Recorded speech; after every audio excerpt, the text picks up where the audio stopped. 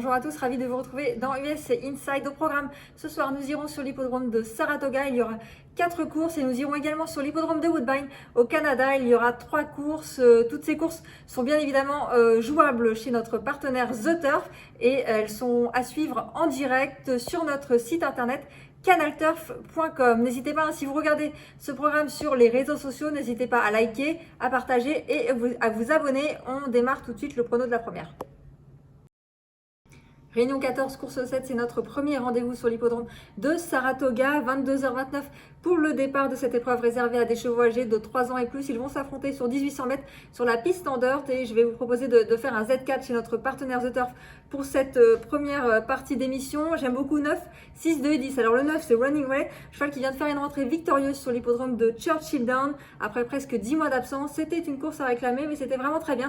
Le cheval avait sûrement besoin de courir et il devrait courir en progrès pour cette deuxième sortie de l'année. J'aime beaucoup aussi le 6, c'est Winterpool, cheval entraîné par Chad Brown. Écoutez, un cheval qui a couru 3 fois, qui s'est placé 2 fois. Il a un petit peu moins de métier, mais c'était vraiment très bien ce qu'il a fait à 2 reprises cette année. Je pense qu'il est capable même de gagner. Je vais le mettre en base, ce numéro 6, Winterpool, pour mon Z4. Et puis j'aime beaucoup aussi le 2, c'est Ambrazo, c'est la monte de Irad Ortiz. Écoutez, cette année, il est réprochable, 3e, et il vient de s'imposer. Franchement, cheval régulier, il est toujours à l'arrivée. Je pense qu'il est capable de faire un truc aussi. Ces 2 sorties, c'était dans des courses à réclamer, mais ça peut largement suffire pour faire une bonne perf ici. Et puis j'aime beaucoup aussi le numéro 10, c'est Southern Passage, un cheval qui est aussi vraiment régulier, rien à lui reprocher.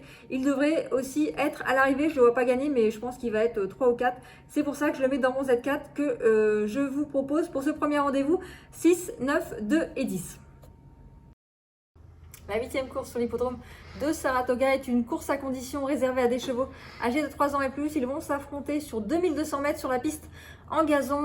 Une épreuve pas évidente à déchiffrer car on a beaucoup de chevaux. Ils sont 11 au départ qui restent sur des victoires ou des très bonnes 2e et 3e places. Donc pas évident de faire un choix dans cette course. Mais j'aime beaucoup le numéro 8, c'est Compliant.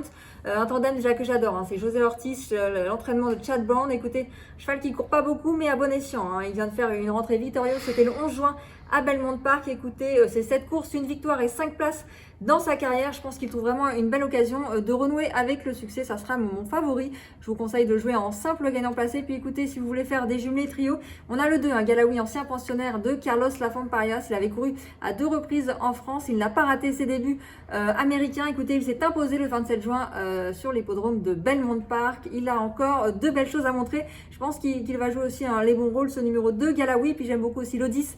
Hélas, le 10, c'est Box and Score, un cheval qui a couru à 2 reprises cette année. C'est 4e et 2e, il est sur la montante. Et là, c'est Eyes on Target. C'est 2 courses, une 2e place et une victoire. Rien à lui reprocher. Je vous récapitule mon jeu. Écoutez, j'aime beaucoup le 8 en simple gagnant placé. Puis pour des jumelés trio et pourquoi pas Z4, vous mettez le 2, le 10 et l'As.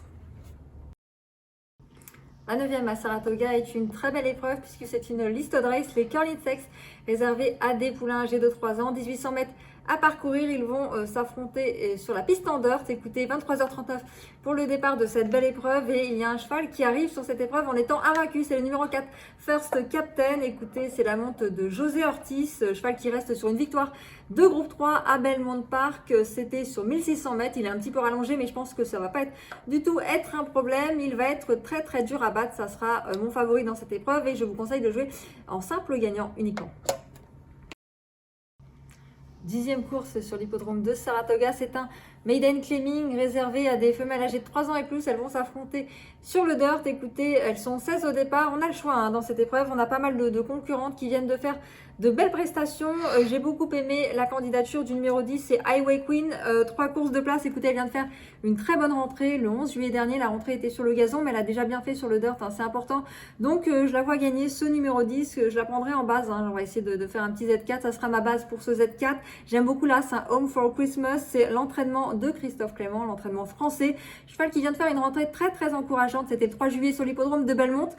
C'était vraiment bien. Je pense qu'elle va courir en progrès. Ça sera mon deuxième cheval pour ce Z4. Et puis écoutez, j'aime beaucoup le 12 et le 5. Alors le 12 c'est To The Tune, écoutez c'est John Velasquez qui sera aux commandes, cheval qui a couru 2 fois cette année, c'était 3e et 2e, c'était vraiment bien, cheval pouliche régulière, elle a les moyens de faire une belle prestation dans cette course. En tout cas je la vois pas gagner, mais elle va être à l'arrivée je pense.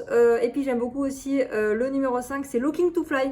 Looking to Fly, une pouliche entraînée par Joe Sharp, ça sera la monte de Louis XVI qui vient de faire elle aussi une bonne rentrée. Elle devrait aussi courir en progrès. Je vous récapitule mon jeu, un Z4, 10, As, 12 et 5.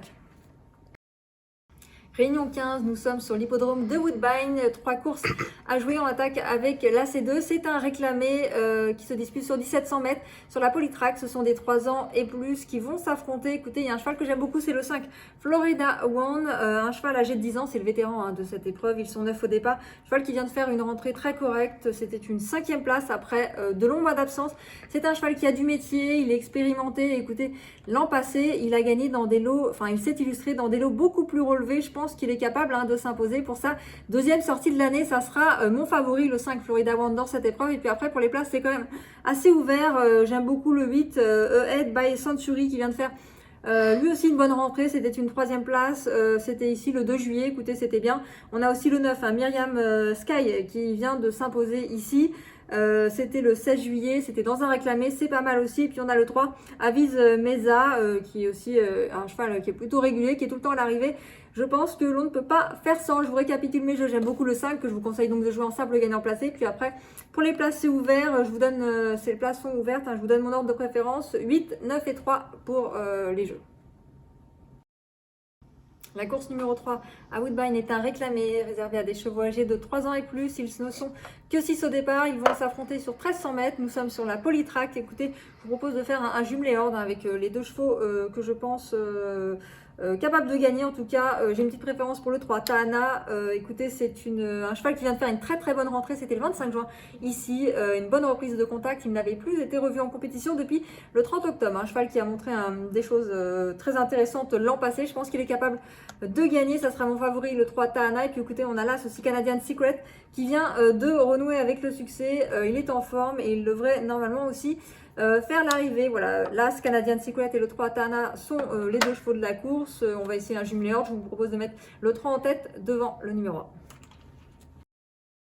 1. 4e et dernière course à jouer sur l'hippodrome de Woodbine à minuit 22. Pour le départ, c'est un Maiden Optional Claiming réservé à des chevaux âgés de 3 ans et plus. Ils sont 13 au départ, 1700 mètres à parcourir sur la Polytrack. Écoutez, il y a un cheval qui cherche vraiment sa course, c'est le numéro 13, un Blue Max.